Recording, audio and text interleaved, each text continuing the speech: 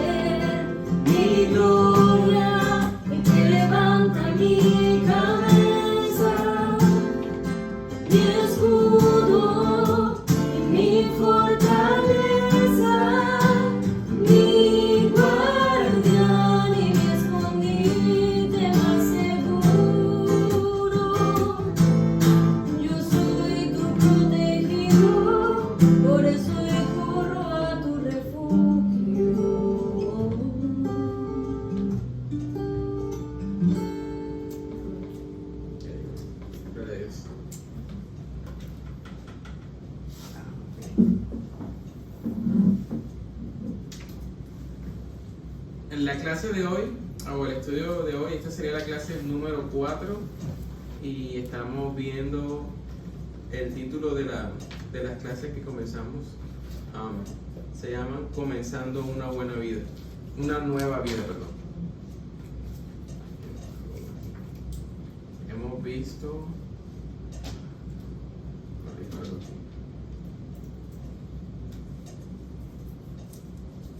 Hemos visto en la clase 1 comenzando una nueva vida, luego vimos la clase número 2 que era aprendiendo a caminar, luego la clase número 3 su padre le está hablando y hoy vamos a continuar con la clase número 4 que comienza con una pregunta, o el título de la clase es una pregunta y es ¿usted quiere crecer?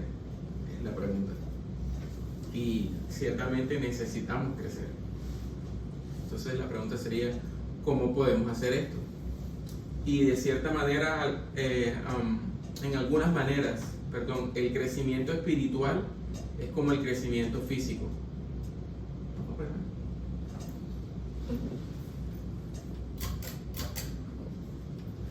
En algunas maneras, el crecimiento espiritual es como el crecimiento físico.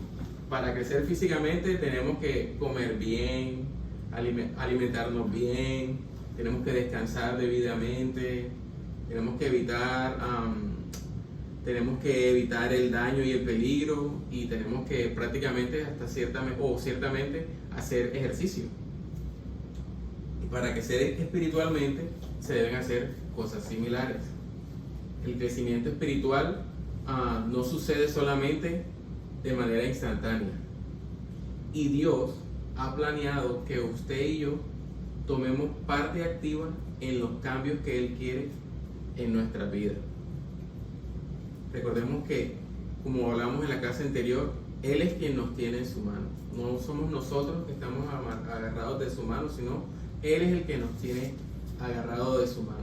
Y nosotros perseveramos porque Él nos está preservando. Y Él quiere que Él nos exija perseverar. Y esa es la parte activa que requiere de nosotros para poder crecer en Él. Entonces tenemos que aprender a alimentar nuestra alma con la palabra de Dios, a descansar en sus promesas, evitar todas aquellas cosas que destruyan nuestra salud espiritual. Y tenemos que hacer lo que Él quiere que nosotros hagamos.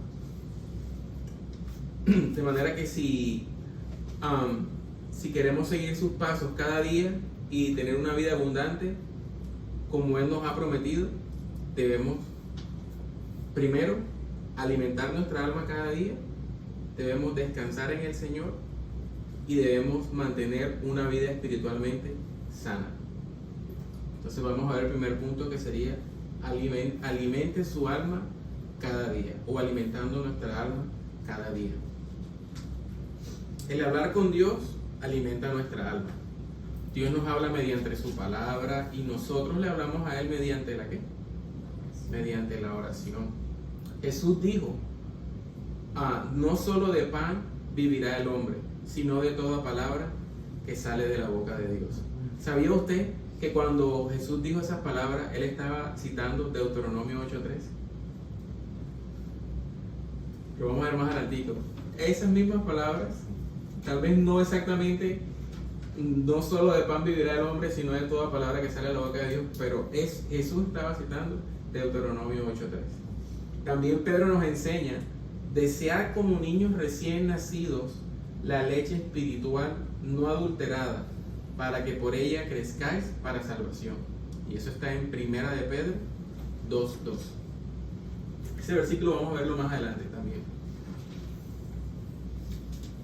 De manera que la palabra de Dios, la Biblia, es la leche espiritual que usted y yo necesitamos tomar a menudo.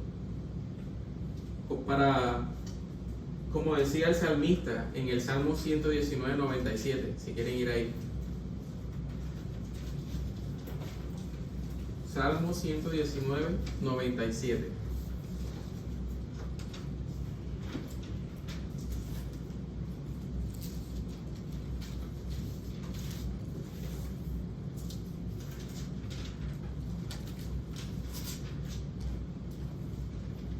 Salmo 119:97. Y seguido vamos a leer el 103, que sería ahí mismo, 5 versículos más adelante.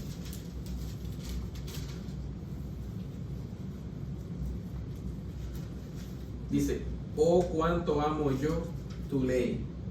Mire cómo dice: todo el día es ella mi meditación.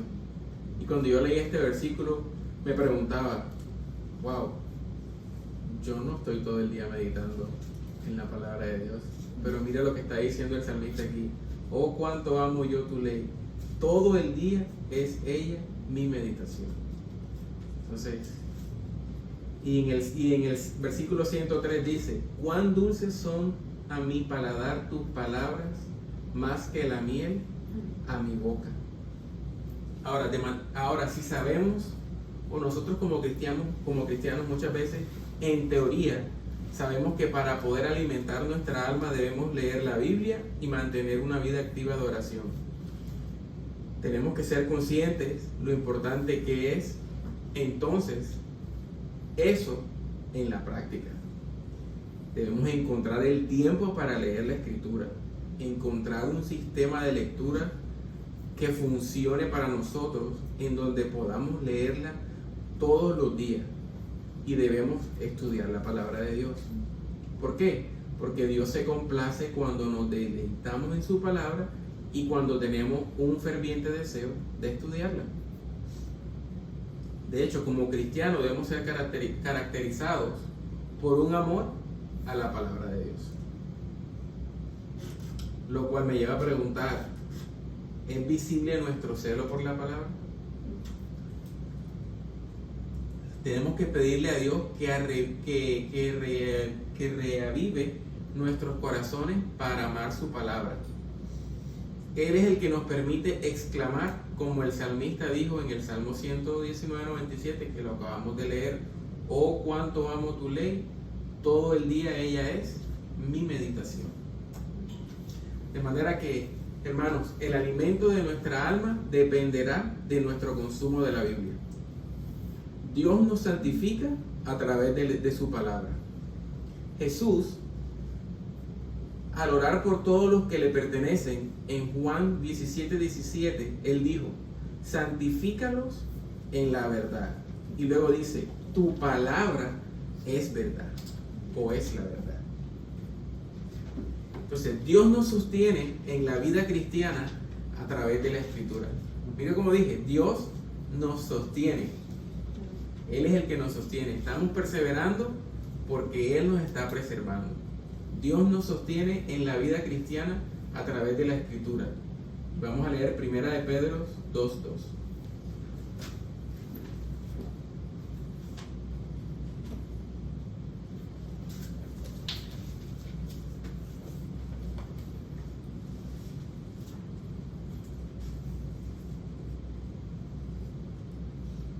Amén. 1 Peter 2:2.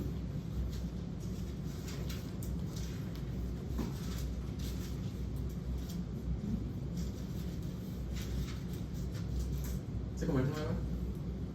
Tiene las hojas pegadas.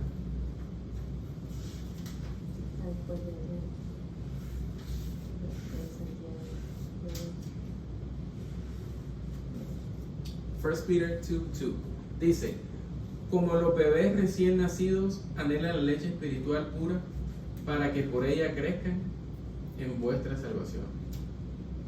¿Sí lo leí bien? Te faltó un verbo. Sí. Léelo tú, Tony, que siento que me comía algo. Desear. Desear como niños recién nacidos Ahora sí. la leche espiritual no adulterada, para que por ella crezcáis para salvación. Sí, es cierto, eso no me hace sentido lo que estoy leyendo. Ok, gracias. Desear, entonces sería desear como los bebés recién nacidos, anhelar la leche espiritual pura para que por ella crezcan en vuestra salvación. Entonces la leche espiritual pura a la que se refiere Pedro no es otra cosa que la palabra de Dios. Así como un niño desea la leche necesaria para el crecimiento, también nosotros debemos anhelar una dieta regular de la palabra de Dios para madurar como cristianos. Nuestro progreso en santificación depende de nuestro aporte bíblico. Recuerden, nuestra alma dependerá de nuestro consumo de la Biblia. La analogía de la palabra de Dios sosteniendo comida y bebida se usa una y otra vez en la Biblia. Yo creo que eso es normal porque nosotros comemos todos los días. O sea Pues que, esa analogía. exacto, como que Comemos mucho. Mucho. exacto, como que Sí. a nosotros no se nos olvida comer porque nos da hambre. Y entonces con razón dice el Espíritu Santo a través de Pedro, así como a ti te da hambre la comida, que te dé hambre también buscar la palabra de Dios. Ujú. Y ahora vamos a ir a Deuteronomio 8:3. Y este es cuando les dije que Jesús estaba citando Deuteronomio 8:3 cuando dijo, no solo de pan vivirá el hombre, sino de toda palabra que sale de su boca. Deuteronomio 8:3.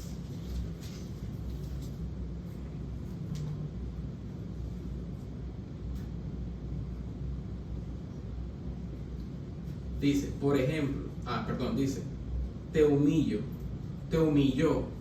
te hizo tener hambre y te dio maná, que ni tú ni tu padre habías conocido, para enseñarte que el hombre no vive solo de pan, sino de toda palabra que sale de la boca del Señor. Como dije anteriormente, estas mismas palabras fueron usadas por Jesús en Mateo 4:4. Validando la palabra útil de Dios y mostrándonos que la meditación en la palabra es nuestra arma en la lucha.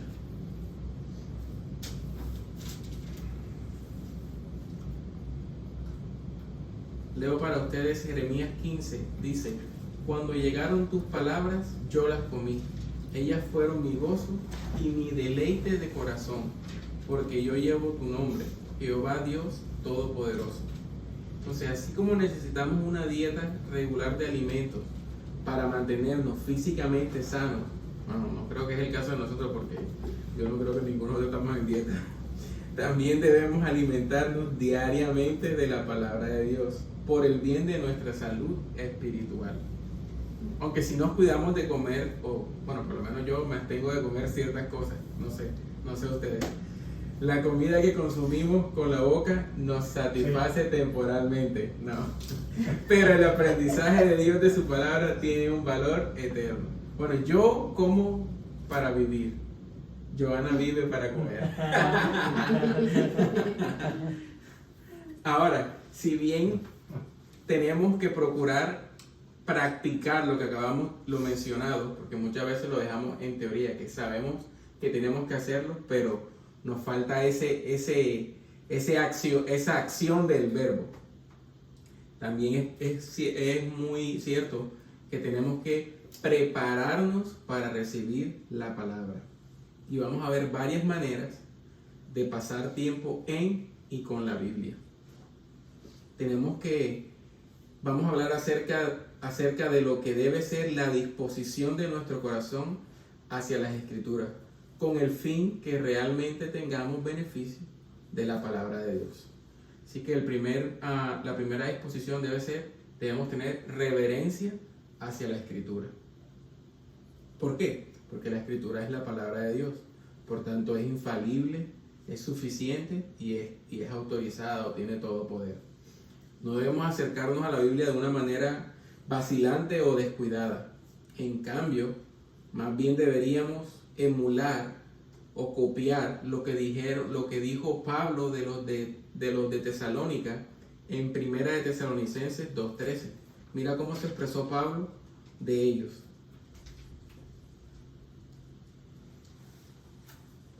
1 Thessalonians 2:13.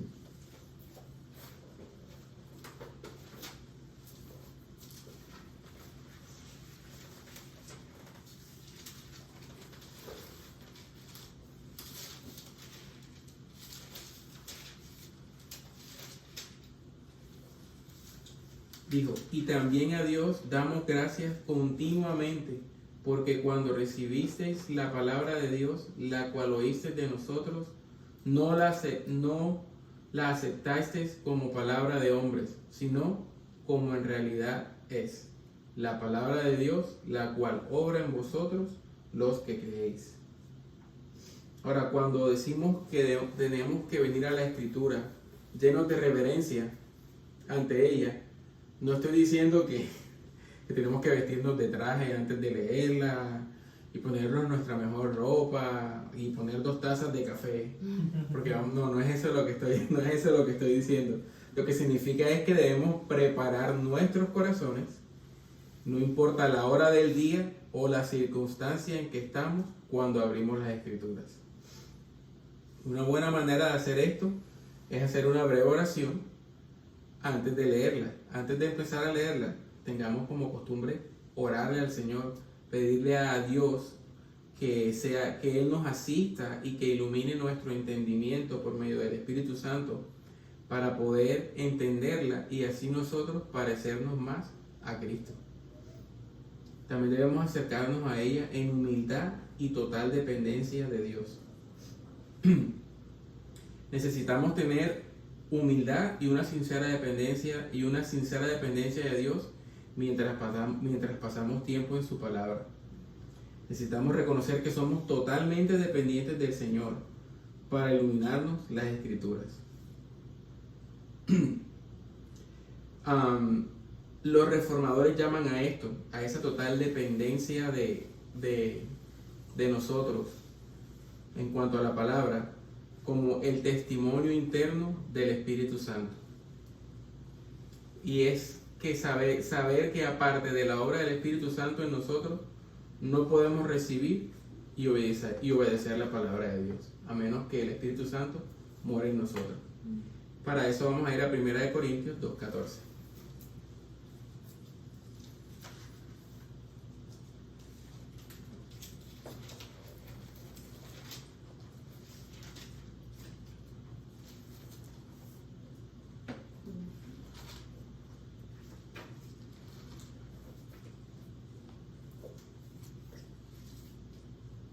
Corintios 2:14.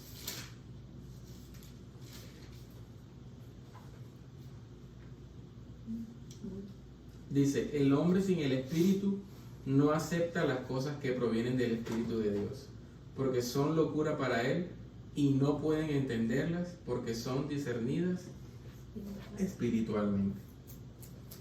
Así que debemos ir a las escrituras en oración y conscientes de nuestra confianza en el Señor mientras pasamos tiempo en su palabra. Hay un salmo que dice, abre mis ojos y miraré las maravillas de tu ley. Eso está en Salmo 119, 18. Lo que nos lleva ahora a un siguiente punto, y también debemos tener corazones receptivos.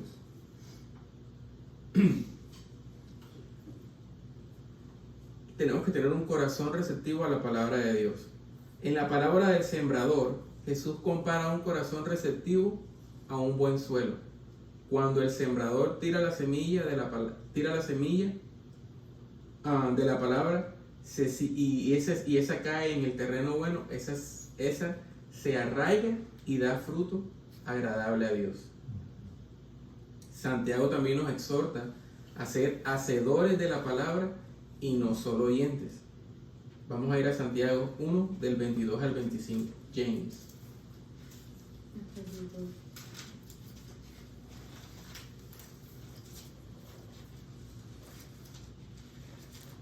Santiago 1. Del 22 al 25.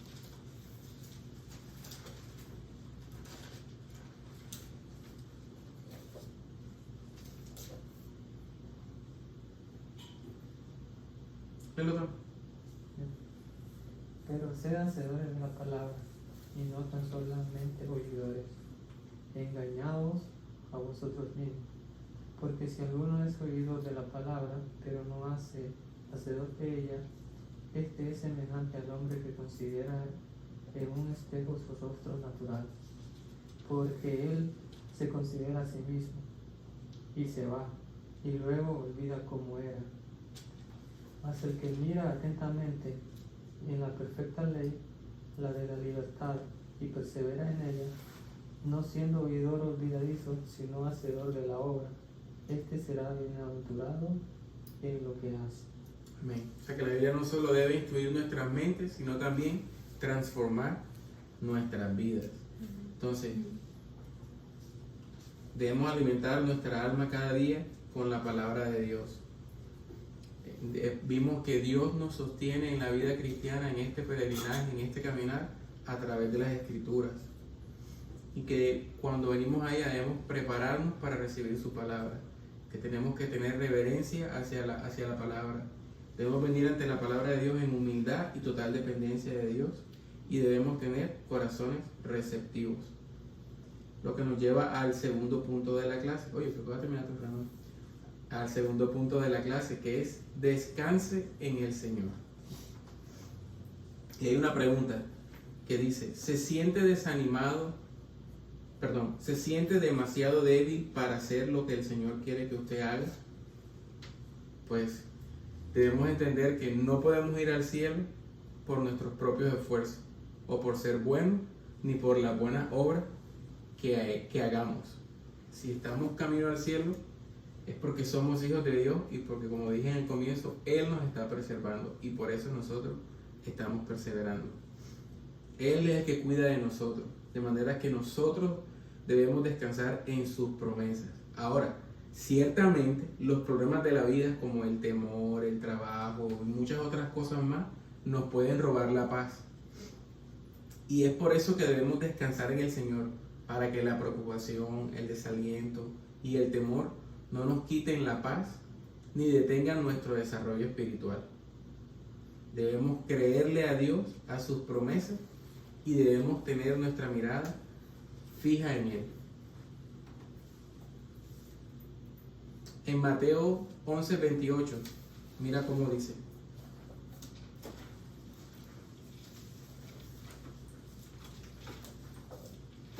Mateo 11:28.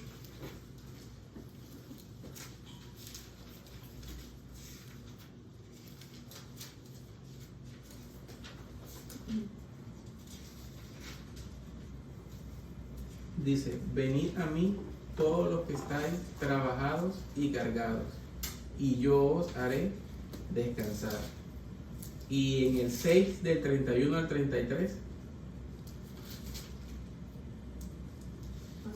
6 del 31 al 33, dice, no os afanéis pues diciendo que comeremos o que beberemos o que vestiremos, porque los gentiles buscan todas esas cosas, pero vuestro Padre Celestial sabe que tenéis necesidad de todas estas cosas.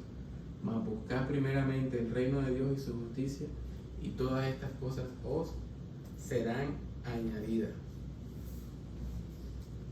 De manera que el tomar tiempo para leer la Biblia y orar todos los días nos ayudará a nosotros a alcanzar ese lugar de descanso en Dios. Cuando ore, ponga el problema en las manos de Dios y déjelo allí, creyendo que Él hará lo que es mejor. Pero ahora sí quisiera que meditáramos en algo, y es que debemos entender y estar conscientes de que en este mundo malo en que nosotros vivimos vamos a tener aflicciones. Tendremos aflicciones. Y entender eso, tener presente que vamos a tener aflicciones, nos ayudará a poder descansar y a depender totalmente en el Señor, a pesar de las circunstancias adversas de la vida.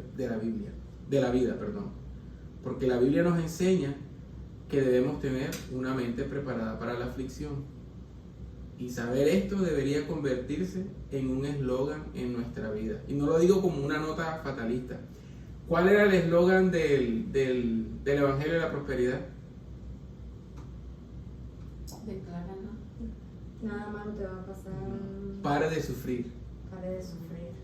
Ese era el eslogan del Evangelio de la Prosperidad. Bueno, el eslogan de nuestra vida debería de ser: prepárate para sufrir. Y no lo digo en una nota fatalista, pero la Biblia nos enseña, y en muchas grandes porciones de ella, que la aflicción está presente en este mundo y nosotros no estamos ajenos a la aflicción. Vemos a Job, y cuando tú lees los salmos, si hay una frase que es bastantemente repetida en los salmos, es: muchas son las aflicciones del justo, pero de todas ellas los librará Jehová. Sí, me acuerdo que dijo Arthur Spurgeon que nosotros más bien deberíamos esperar la aflicción. Exacto. Si el mismo Cristo sufrió la aflicción. Y Jesús dijo: en el mundo tendréis aflicciones. Así que el eslogan de nosotros debería ser: prepárate para sufrir. Con una mente preparada no solo podremos descansar en el Señor, sino que seremos victoriosos. Y esto hace que aumente la gloria de Cristo en nosotros y nuestra propia felicidad. En la Biblia se nos ordena a descansar y a confiar en Dios. David dice: ofrezcan sacrificios de justicia y confíen en el Señor. Proverbios, yo los leo para ustedes, 3, 5 y 6 nos exhorta y nos dice: confía en el Señor con todo tu corazón y no te apoyes en tu propio entendimiento. Reconócelo en todos tus caminos y Él enderezará tus sendas. Y de hecho, la vida cristiana es una que confía en Dios desde el principio hasta el final. Venimos a Él en arrepentimiento y fe, creemos en el Evangelio, y luego todo el transcurso de nuestra vida somos llamados a creer en Dios y a creer en el Señor Jesús, quien es el camino, la verdad y la vida. O como lo dice el escritor de Hebreos: sin fe es imposible agradar a Dios. Porque es necesario que el que se acerque a Dios crea que Él existe y que recompensa a los que buscan. Dice Hebreos 11 y 16.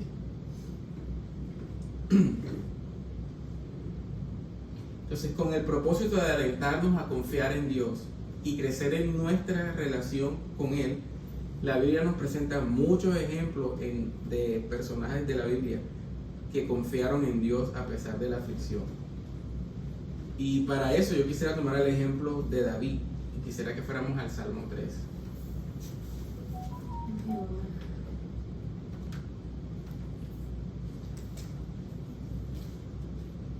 Y lo vamos a leer todo. Vamos a leerlo en versión Reina Valera. Ahora, la versión que usted también encuentra. Salmo 3.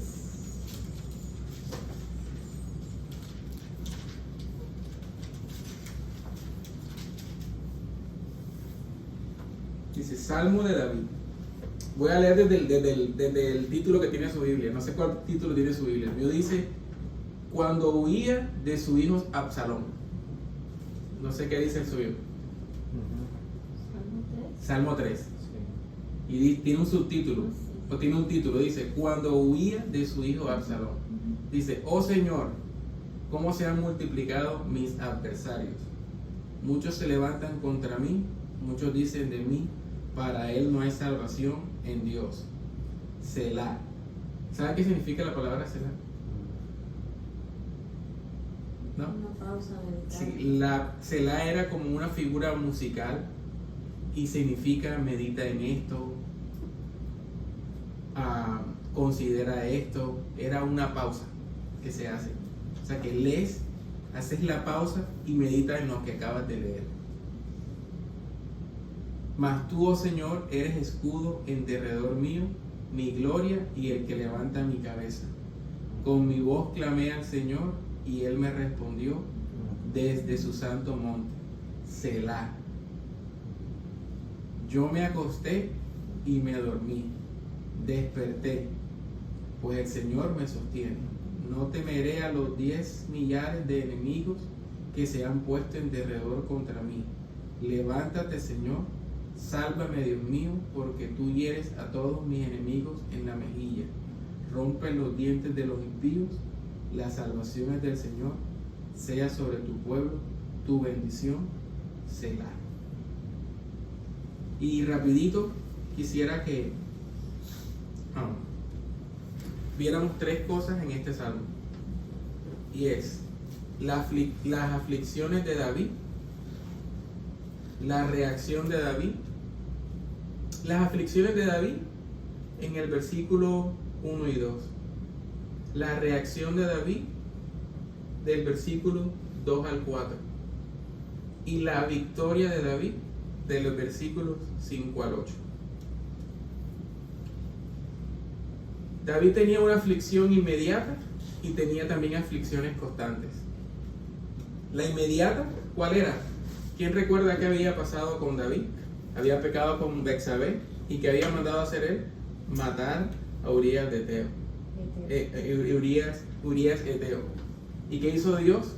Le mandó al profeta Natán, pero le dijo que su pecado no iba a quedar impune, que la espada iba a estar sobre su casa, pero le dijo que él no iba a morir. Por la misericordia que él le tenía. Sí, le dijo que él no iba a morir. La espada iba a estar sobre su casa, pero le había prometido de que él no iba a morir. Y de que le había prometido de que él no iba a morir, ¿cierto? Entonces aquí vemos que la escena del daño se desprende de ¿qué? Del pecado que David había cometido.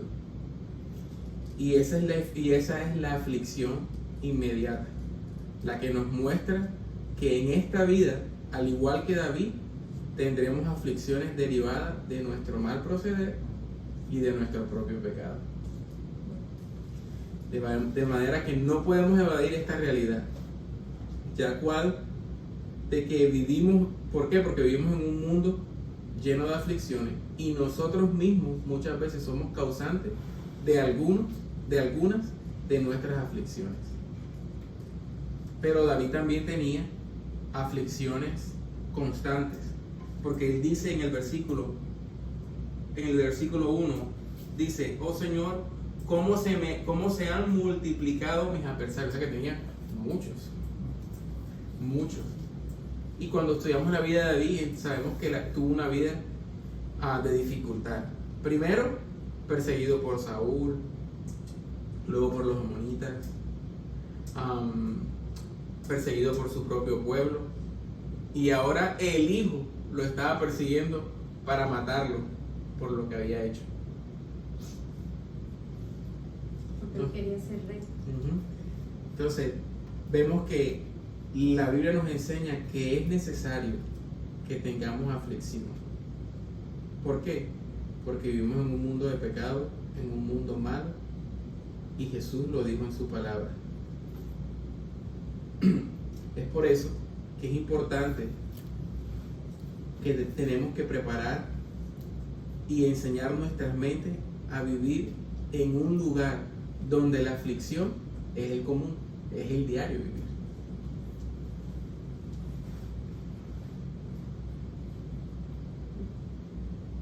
Vivimos en un mundo malo donde el rey de este mundo usa toda clase de agentes para traer aflicción a nuestra vida. Otros nos causan aflicción. Y esto es algo que como cristianos debemos tener claro y presente en nuestras mentes. ¿Por qué? Porque el tener claro esto nos va a ayudar a poder descansar y a confiar en el Señor. Dice 1 de Pedro 4:12: Amados, no os sorprendáis del fuego de prueba que os ha sobrevenido, como si alguna cosa extraña os aconteciese.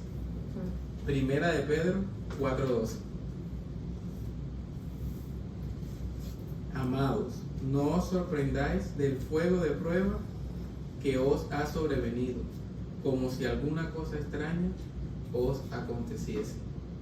O sea que no debe ser extraño para nosotros la prueba o la aflicción.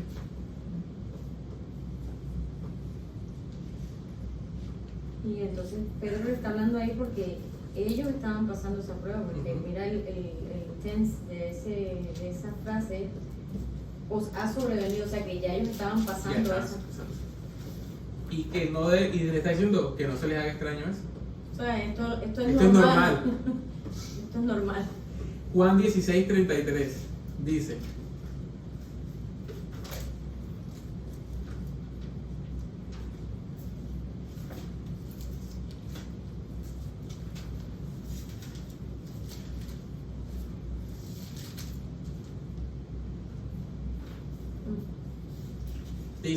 estas cosas os he hablado para que en mí tengáis paz. En el mundo tendréis aflicción, pero confiad, yo he vencido al mundo.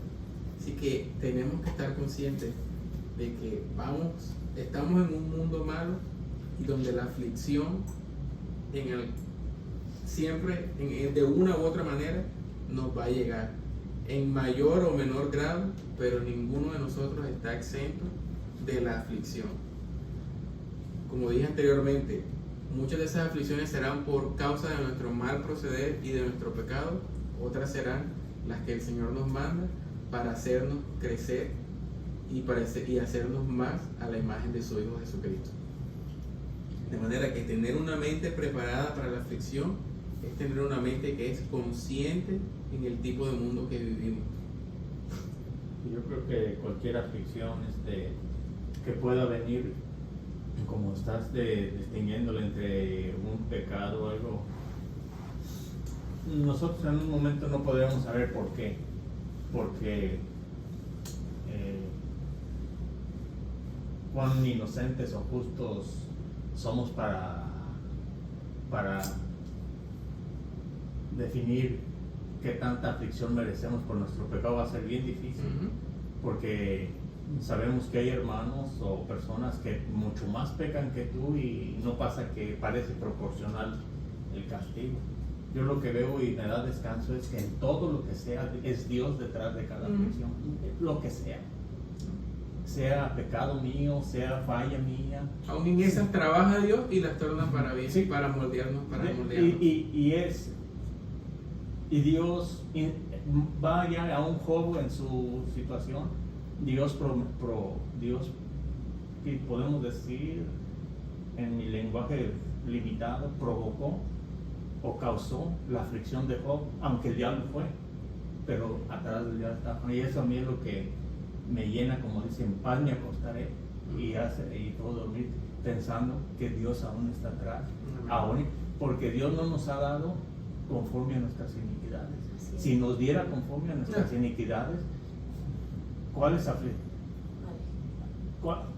¿dónde estaría ahorita? Como cristiano, en tu mejor día, Hoy, como dirías, hoy los pecados que has cometido ahora podrían matar a todos San Pío. Yeah. Entonces, no es conforme a nuestros pecados siquiera.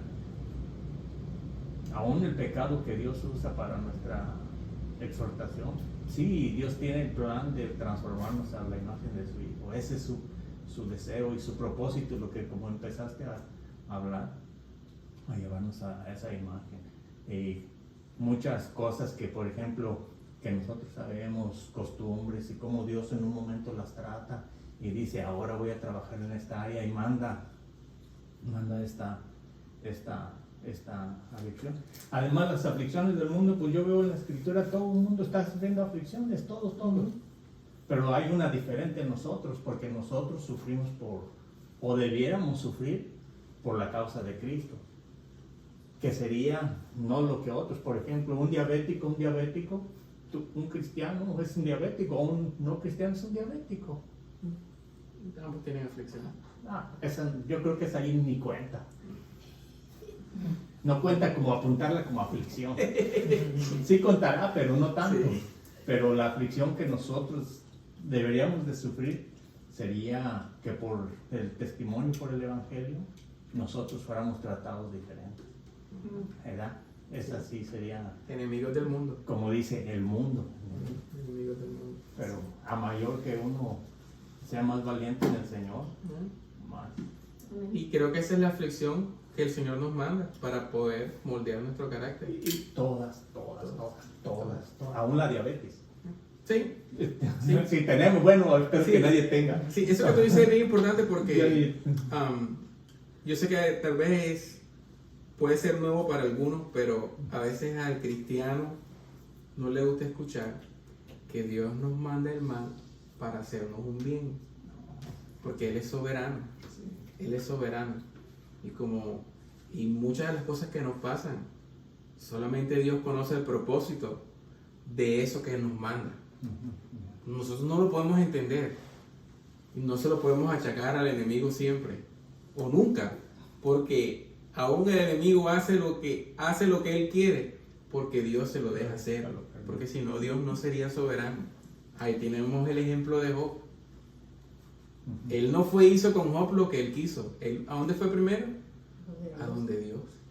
A pedirle permiso. Y eso no está ahí para que nada más fue con Job. No, es que es así con todo. Porque Dios es soberano.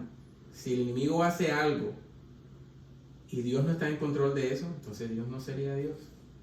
Y no podemos descansar nunca.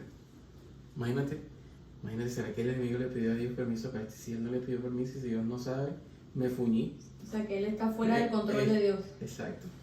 Entonces es importante hay entender. Que pedirle al enemigo, o hay que pedirle que se calme. Sí. Entonces es importante sí entender de que Dios no es un Dios malo. La Biblia dice que Él es inmutablemente bueno. En Él no hay sombra de variación. Pero Él sí puede manipular el mal sin Él ser malo. Yo lo veo en la Biblia. Porque yo pudiera decir, Dios es malo, porque la Biblia dice que el espíritu que atormentaba a Saúl, ahí dice la Biblia, que ¿quién se lo mandaba? Dios. Pero eso no hace a Dios malo. Entonces yo puedo ver que Él puede manipular el mal sin Él ser malo.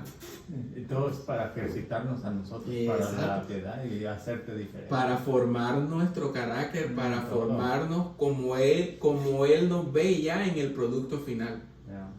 Es que aún negar eso en nuestra mente finita, es negar la cruz, porque no fue Cristo crucificado, el Hijo de Dios, y en manos de quién fue crucificado, y en manos de quién fue entregado, y quién fue el que lo traicionó, y todo eso permitido por Dios. O sea, eso nunca estuvo fuera del control de Dios. En el Consejo Eterno de Salvación, eso ya estaba planeado, nada, nunca, ningún detalle. Imagínate a Dios diciendo, yo les mandé a mi Hijo Jesucristo y estos no lo aceptaron. Y otra parte que sí sirve para animarte y animarnos es de que toda esa tribulación de que Dios ha permitido, cualquiera que sea la razón, es lo que te da el ministerio para otra persona.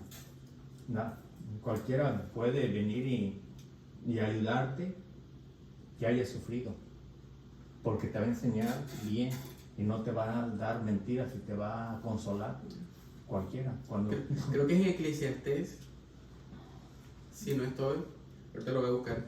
Hay un versículo que dice que no hay nada malo que pase que Dios no sepa. que Dios no haya hecho.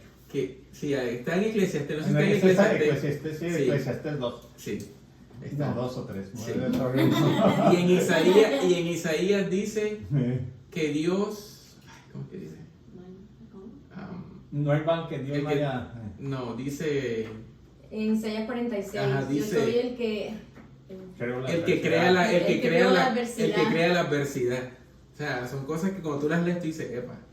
O sea, te dan un concepto de la soberanía de Dios y que todo está bajo su control. No hay nada que esté fuera de su control, ni un átomo, nada está Y- fuera del control de Dios. Y en eso se tiene que poner la mente. La otra es que qué es lo que realmente lo digo como conocimiento, tratando de entenderlo cada día, como lo que Dios llama bueno y lo que Dios llama valuable. Nosotros llamamos bueno, como lo empezaste con los de la prosperidad, todo feliz, ¿cómo dices? Para de sufrir. Pare de sufrir. Eso es lo que nosotros Sí. llamamos bueno. Y lo que Dios llama bueno, no, eso no es esencialmente el gol, la meta de Dios. La meta de Dios es el cambio, nuestra santificación. Esa es la meta de Dios. Entonces, para eso es parte el sufrimiento. Amén. Amén. Entonces, en este salmo, rapidito, podemos ver que una mente preparada para la reflexión, en esa mente hay anticipación. ¿Qué es la anticipación? Tener conciencia de la realidad del mundo en que vivimos. Este salmo nos advierte de esa realidad. Nos advierte de esa realidad. Nos muestra la reacción que deberíamos tener frente a la aflicción. Y es aquí muchas veces donde nosotros los cristianos fallamos por no tener presente y ser conscientes de que las aflicciones, de que vamos a vivir muchas aflicciones. Y el no tener esa conciencia nos lleva a veces a no tener la reacción correcta. Pero mira cómo dijo David. Yo quiero que se imagine esta escena. David, recuerda que David está huyendo. Él se había ido con varias gentes de su corte a meterse en una cueva y que tiene al hijo atrás persiguiéndolo para matarlo. Y dice, muchos dicen de mí, para él no hay salvación. Y eso es lo que nos pasa a nosotros. Si nos quedamos con lo que otros dicen de lo de nosotros, no vamos a poder descansar en el Señor. Pero David sabía que él era ungido de Jehová y que el Señor le había dicho que él no iba a morir. Y como estaba consciente de eso, de que él no iba a morir, que confiaba en la promesa de Dios, de que le había dicho que él no iba a morir, es lo que lo lleva a decir, mas tú, Jehová, mas tú, oh Señor, eres escudo en derredor mío, mi gloria y el que levanta mi cabeza. ¿Qué estaba haciendo David? Estaba autopredicando. La autopredicación. Entonces, esa es una de las reacciones que debemos tener en frente a la aflicción, es la autopredicación. Y luego vemos que dice en el versículo 4, con mi voz clamé al Señor. ¿Ahora qué está haciendo? Ahora está orando. Se autopredicó y oró al Señor. No quiero seguir aquí porque si no, no va a poder terminar, porque es más lo que tengo. Pero podemos ver en este salmo, las tres cosas que dije al comienzo. La aflicción de David, la reacción correcta que él tuvo, porque era consciente que vivía en un mundo malo lleno de aflicciones, lo cual lo llevó a la anticipación, lo llevó a la autopredicación y lo llevó a la oración. ¿Por qué? Cuando usted lee el versículo 5, imagínese esta escena, ahí dice, yo me acosté y me dormí. Yo quiero que usted se imagine que usted tiene a alguien buscándolo para matarlo y que usted llegue a decir lo que David está diciendo aquí. Dice, yo me acosté y me dormí. O sea, yo no sé quién de nosotros pudiera decir eso si sabe que tiene a alguien buscándolo para matarlo. Aquí vemos la total dependencia y el descanso absoluto que tenía David y la confianza en el Señor. Si yo sé que alguien me está persiguiendo para matar, créeme que yo creo que yo no voy a dormir. Yo no voy a dormir porque yo no sé en qué momento él me va a encontrar y me va a matar. Yo aquí humanamente hablando. Y a veces nosotros leemos eso, pero no meditamos en eso. Que en el título dice, cuando huía de su hijo Absalón, lo quería matar. Y él sabía en quién había confiado. Y lo llevaba a decir, yo me acosté y me dormí. Desperté, pues el Señor me sostiene. Y yo imagino que esa misma confianza que él tenía irradiaba a las personas que estaban con él. Aunque cuando a ellos no los iban a matar, irradiaba esa confianza de que, imagínate, si a él lo están buscando para matar, pero él tiene la confianza en Jehová, que él es el ungido de Jehová, que no va a morir, que el Señor ya le dijo que no iba a morir y puede acostarse y puede dormir. So, a las personas que estaban con él tendría que infundirle la misma confianza que él estaba viviendo, que él estaba experimentando. Entonces vemos que esa confianza en el Señor nos lleva a tener una anticipación, la reacción correcta, la autopredicación, nos lleva a orar más. Y voy a pasar al siguiente punto, que no quiero seguir ahí. Dice, manténgase espiritualmente sano. Ya tengo 10 minutos. Dice, así como una madre trata de mantener a sus hijos limpios y los protege de las cosas que lo enfermarían, así el Señor desea guardarnos a nosotros de las cosas que enfermarían nuestra alma. Cuando Él nos salvó, Él nos limpió de nuestros pecados y nos dio de nuestros pecados y nos dio un corazón limpio. Y es muy importante mantenerlo de esa manera si es que queremos ser espiritualmente sanos. Por eso tenemos que buscar de su palabra, buscar de su presencia y estar apegados fielmente a su palabra. Debemos dejar que el Señor sea realmente nuestro guía. Debemos totalmente mantenernos fuera de la sociedad, de las diversiones indecentes y de la vida inmoral. Dice Mateo 5:8, bienaventurados los limpios de corazón, porque ellos verán a Dios. Porque ellos verán a Dios. Entonces, ¿qué podemos hacer nosotros para mantenernos espiritualmente sanos? Bueno, la memorización de la palabra de Dios es una de las cosas que podemos hacer. Tenemos que empezar por reconocer que la memorización es un trabajo. Se necesita tiempo y consistencia en memorizar los versículos. Tenemos que ponernos en esa tarea. Para muchos puede parecer algo casi no tan divertido, no tan divertido de hacerlo, pero es importante que lo hagamos y lo hagamos con la actitud correcta. Podemos presentar cualquier tipo de excusas como no tengo tiempo, el trabajo no me da tiempo, pero no es cierto que realmente a menudo los hechos se reducen a establecer. Esta es una pregunta. ¿No es cierto que realmente a menudo los hechos se reducen a establecer las prioridades correctas y a ser diligentes? Por ejemplo, si alguien nos ofrece $500 por cada versículo que recites el domingo, ¿cuánto te aprenderías de aquí al domingo? No, hombre. Imagínate que te digan, Tony, Carlos, el domingo por cada versículo que tú recites de la Biblia te vamos a dar $500. Y yo está puesto. No, bueno. Imagínate, Tony. Hablas al trabajo. Imagínate, Tony, como cuántos versículos tú crees que tú te aprenderías, imagínate tú. Bastante cierto.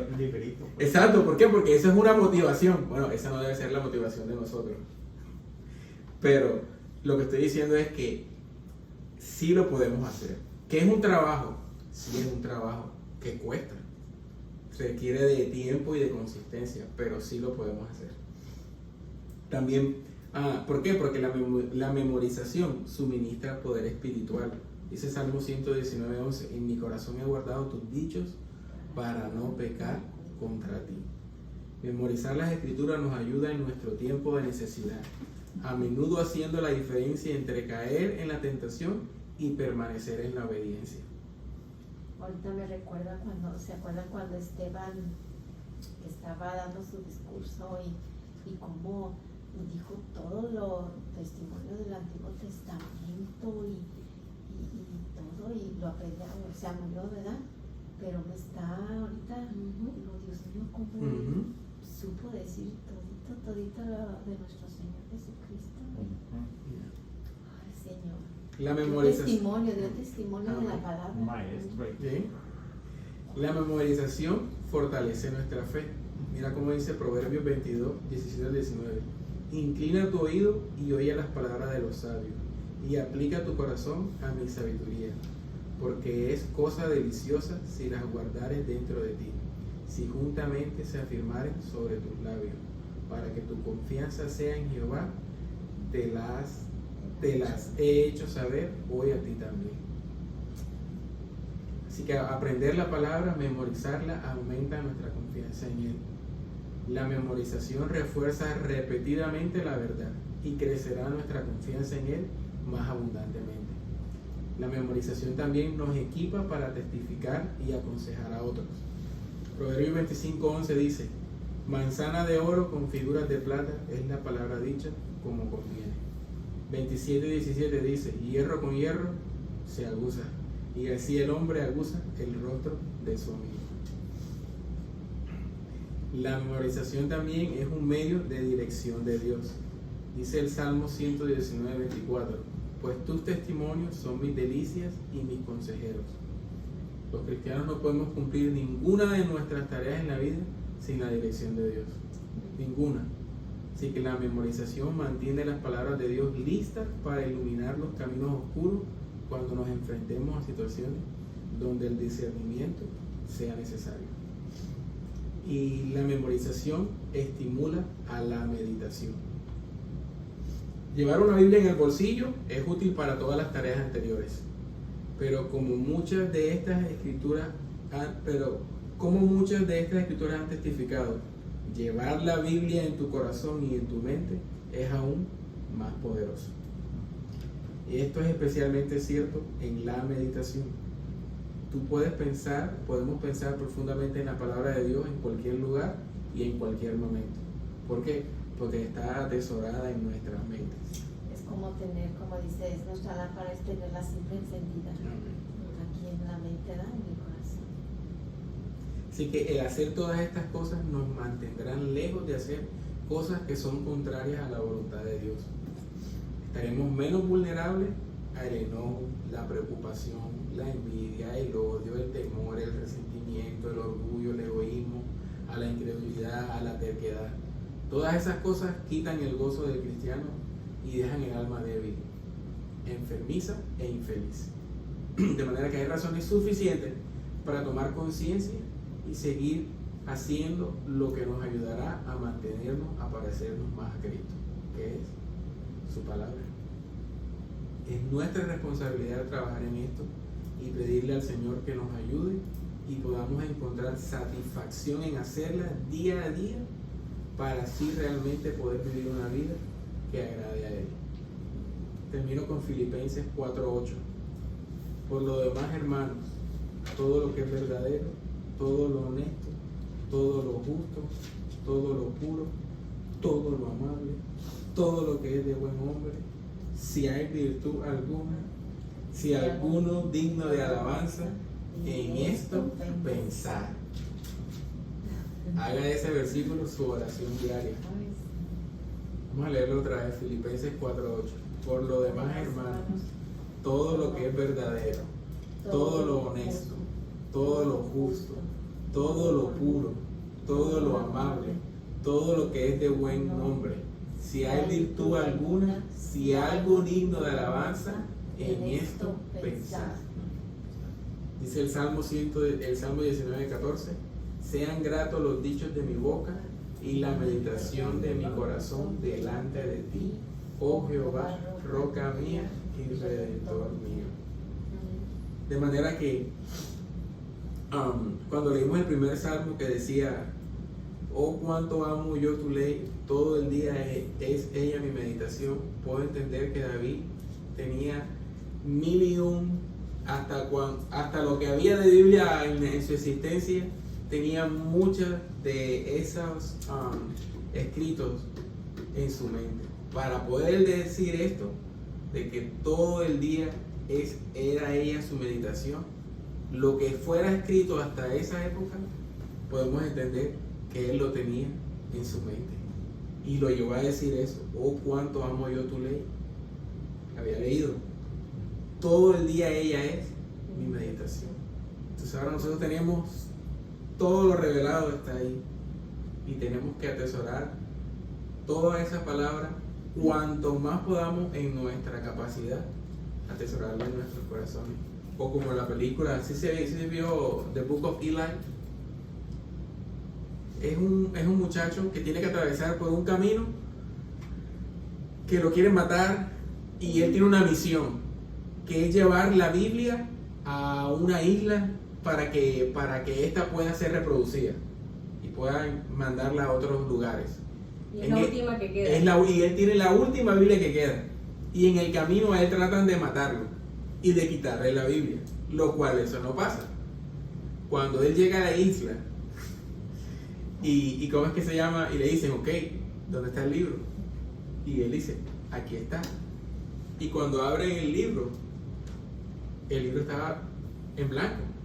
No tenía nada escrito, o sea, era una Biblia. No estaba en blanco, estaba en Bradley, para los ciegos. Oh, estaba en Bradley. Exacto, sí. Y entonces ellos se quedan como que, ¿y ahora? No, estaba en blanco. No estaba en Bradley. La Biblia estaba en blanco. Cambiamos la movie. La Biblia estaba en blanco. Pero era otra película. Sí, era otra película. Sí, era otra película. La Biblia estaba en blanco. Todas las hojas estaban en blanco. Y ellos se quedan como que, ¿y la Biblia? ¿Y entonces qué vamos a hacer ahora?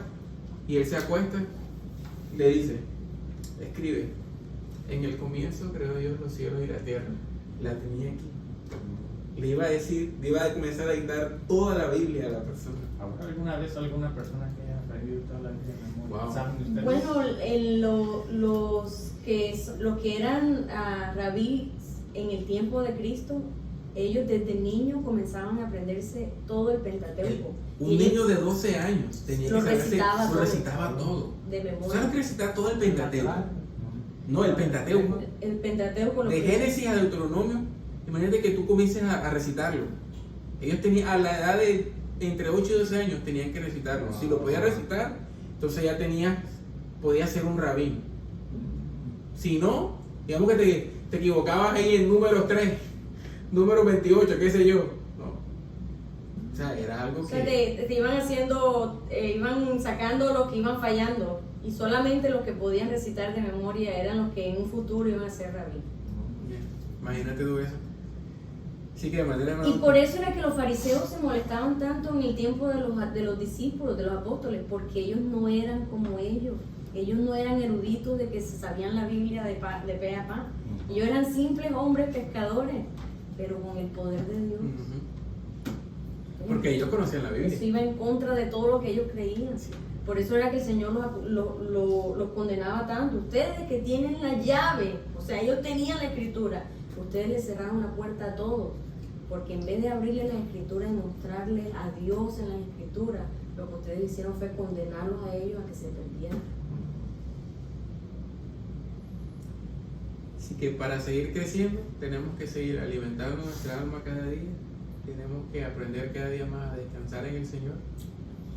Y tenemos que mantenernos espiritualmente sanos. ¿Amén? Vamos a orar. Señor, te damos gracias en esta noche, Señor. Primeramente por un día más de vida que tú nos das, Jesús. Y gracias, Señor, por este estudio, porque tú siempre, Señor, de una u otra manera estás hablando a nuestras vidas, Jesús. Gracias, Señor, porque hoy, una vez más,